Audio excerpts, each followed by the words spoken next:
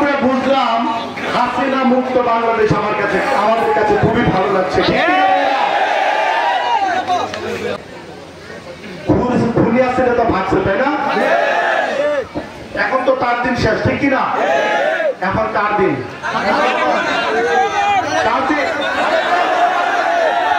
খুনি হাসিনার দিন শেষ, আমাদের বাংলাদেশ। খুনি হাসিনার দিন শেষ, তারেক রহমানের বাংলাদেশ। আমি গভীর শ্রদ্ধার সাথে স্মরণ করছি সেই সকল শহীদ ভাইদের যারা বৈষম্য বিরোধী ছাত্র আন্দোলন করতে গিয়ে যারা প্রাণ হারিয়েছেন, শহীদ হয়েছেন। আমরা সবাই তাদের জন্য দোয়া করব, আল্লাহ পাক যেন ওনাদেরকে জান্নাতুল ফেরদৌস দান করে। ২৫০০-এর মাটি বিএনপির, ঠিক কিনা ভাই?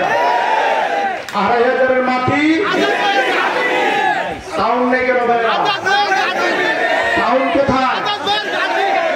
২৫০০-এর মাটি তারেক রহমানের ঘাঁটি, ২৫০০-এর মাটি খালেদা জিয়ার ঘাঁটি, ২৫০০-এর মাটি তারেক রহমানের ঘাঁটি, ২৫০০-এর মাটি বিএনপির ঘাঁটি।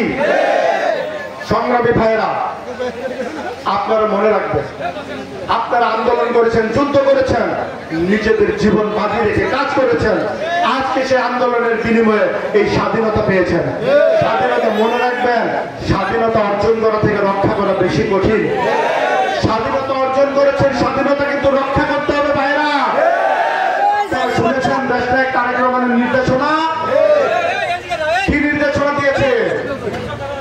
চাঁদাবাজি করা যাবে না, লুটতরাজ করা যাবে না, মিথ্যা মামলা দেওয়া যাবে না, কাউকে কোনো প্রকার অবস্ট্রাগল তৈরি করা যাবে না, অনুপ্রবেশকারীদের ঢুকতে দেওয়া যাবে না। আপনাদের উপর ভর করে কোনো অনুপ্রবেশকারী যাতে কোনো অপকর্ম করতে না পারে সেই দিকে সবাই সজাগ থাকতে হবে ভাইরা, ঠিক কিনা ভাইরা? আমি বলতে চাই দেশটা তারেক রহমান যেই নির্দেশনাগুলো দিয়ে